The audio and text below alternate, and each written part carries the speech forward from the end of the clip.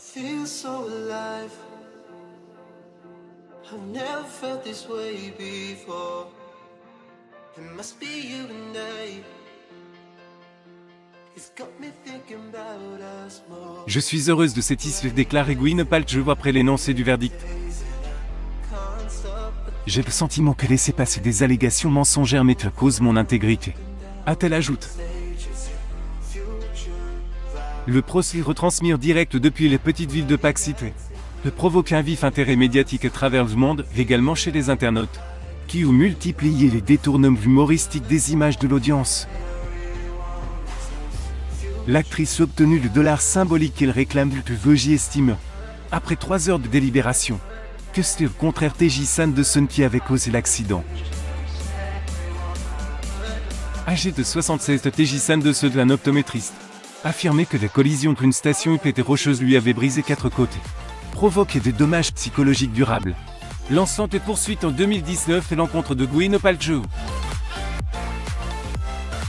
Il lui demandait des dommages-intérêts de 3,3 millions de dollars.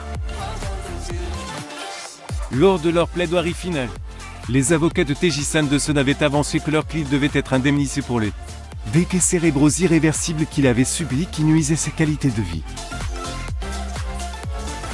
Ils demandaient au tribunal d'accorder $33 à son client pour chaque heure du jour, depuis l'accident jusqu'au décès de Teji Sanderson, dont ils estimaient qu'il pourrait avoir lieu dans 10 ans. Le calcul revient à une somme de $276 pour les 17 années auxquelles Teji doit faire face à ces dégâts cérébraux irréversibles. Son succès. Lire aussi, Gwyneth Paltrow accusée par un homme de l'avoir percuté lorsqu'avec le nouveau procès, qui passionne l'Amérique au cœur du dossier. La question était de savoir quel skieur avait percuté l'autre. Selon le plaignant, Gwyneth Paltrow lui enfonce le dessus le skieur de manière dangereuse, avant de s'enfuir pour te laissant inconscient. L'actrice affirme au contraire que c'était Teji Sanderson qui l'a clé dans le dos.